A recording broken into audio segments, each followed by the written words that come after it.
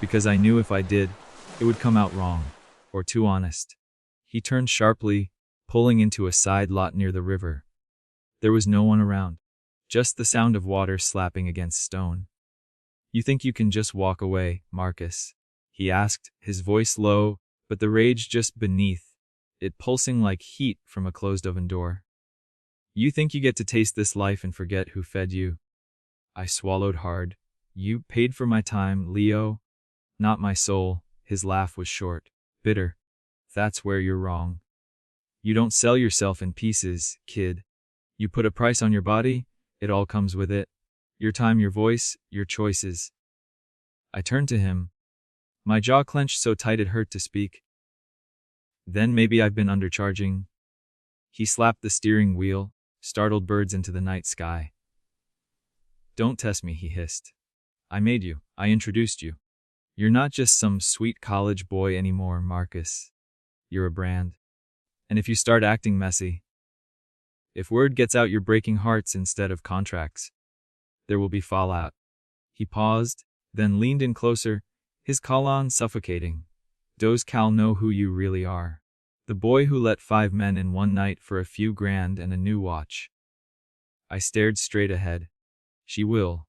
I reached for the door handle. "You're not going to scare me back, Leo." He grabbed my wrist, tight. "I'm not trying to scare you," he whispered. "I'm trying to remind you." I pulled away and stepped out. The night air hit me like a slap, cold real. He didn't follow. Just watched me walk away like I was some investment going bankrupt. Back in my dorm, I stared at the cracked ceiling for hours. I thought about how fast a person could lose themselves. One day you're just trying to pay tuition, and the next, you're being followed by SUVs and men who think they own your history. I wanted to call Cal, just to hear his voice, to feel grounded again, but I didn't. Because part of me knew, once he found out the full story, everything I'd done, who I'd let in, what I'd let happen, maybe he wouldn't look at me the same. And I couldn't survive losing that look. So I stayed silent. Days passed. Classes blurred, friends drifted. The only constant was the weight in my chest. And then, one afternoon I found an envelope under my door. No name, just my dorm number scribbled on the front. Inside was a photo, me, outside Cal's apartment, his hand brushing my cheek. Tender, close. And on the back, 3 words in sharp red ink. "This ends now." I didn't recognize the handwriting, but I knew where it came from. "Leo never had to touch you to ruin you." I went to Cal's that night. When he opened the door, I didn't say anything. I just walked in and placed the photo on his table. He looked at it, then at me. And for the first time I saw fear in his eyes, not for himself, but for me. "Who did this? I think you know." He rubbed his temples, the weight of my world bleeding into his. "You can't be part of this anymore," he said softly. "It's not safe." I laughed, bitterly. "Safe? You think this is about safety?" I stopped being safe the moment I charged my first hour. He reached out to touch my shoulder, but I stepped back. "Maybe you were right, Cal. Maybe I've been living someone else's architecture." He looked at me, confused. "But maybe," I continued, voice shaking, "maybe I am that architecture now. Maybe I've been built out of lies and touches I didn't want and smiles I had to fake. And there's no way to renovate that." He stepped closer again, slower this time. "You're not beyond rebuilding, Marcus." I didn't answer. I just let myself fall into his arms. For one moment, for one breath, and then I stepped back. "I need to fix this. I need to finish it." He nodded. Didn't try to stop me. Because sometimes love isn't about holding on. It's about trusting someone to walk into the fire and find their way back. That night, I opened the app where it all began. The encrypted site, the bookings, the codes. I wrote a message not to Leo, but to everyone. "There will be no more sessions. No more Marcus, the brand is dead. The boy you bought is gone." And then I hit delete. Account, history. All of it, gone. But what I didn't know, what I couldn't know, was that erasing my digital self wouldn't erase my past. And some people don't let go of what they think they own. It had been 3 days since I deleted everything. 3 days of silence, no texts, no bookings, no envelopes under my door. I started breathing easier, like I'd finally exhaled after holding my breath through an entire act of a play I never auditioned for. I even let myself imagine what a future could look like. A real one.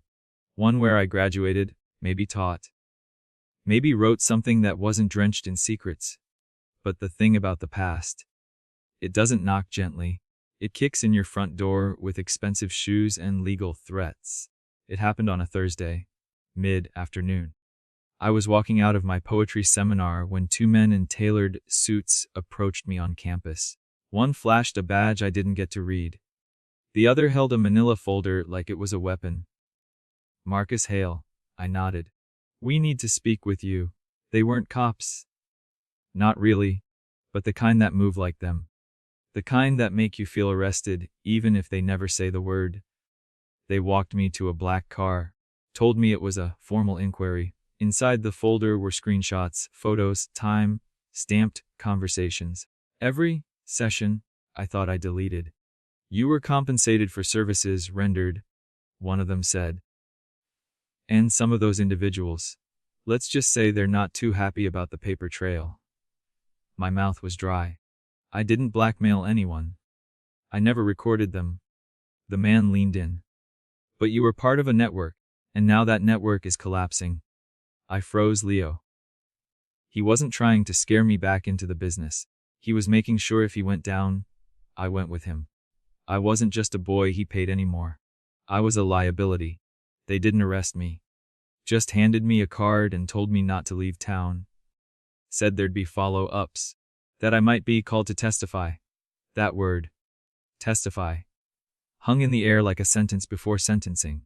I stumbled out of the car and walked until my legs ached.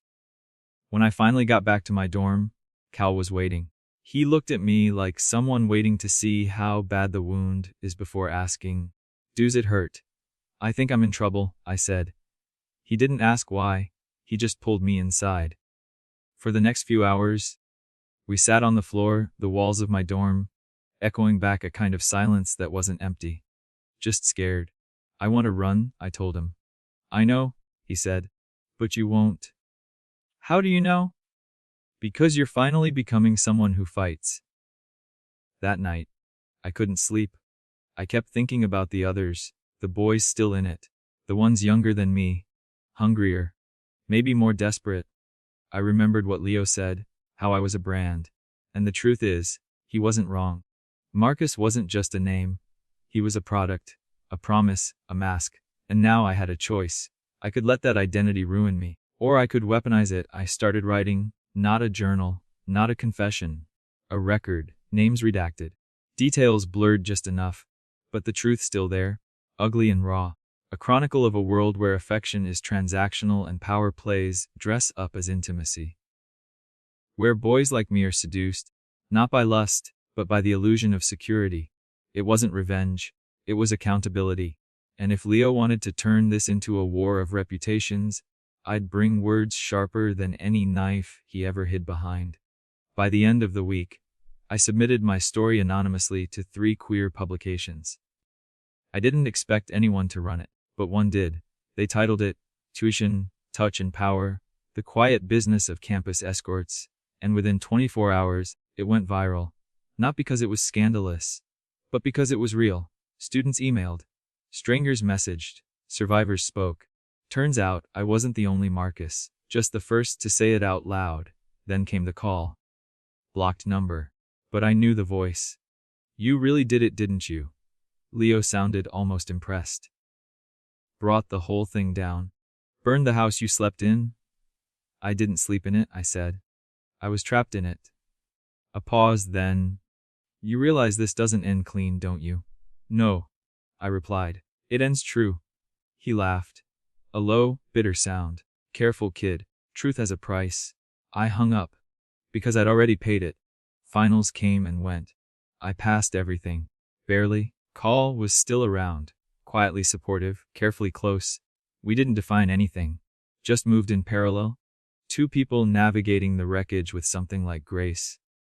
One night, He sat next to me on the rooftop of his building and asked, "Do you regret it?" I thought about the question. The nights I'd given away. The men I'd pretended to like. The parts of myself I'd never get back. Then I looked at him. "No, I regret thinking I had to do it alone." He nodded, said nothing. Sometimes healing doesn't need words.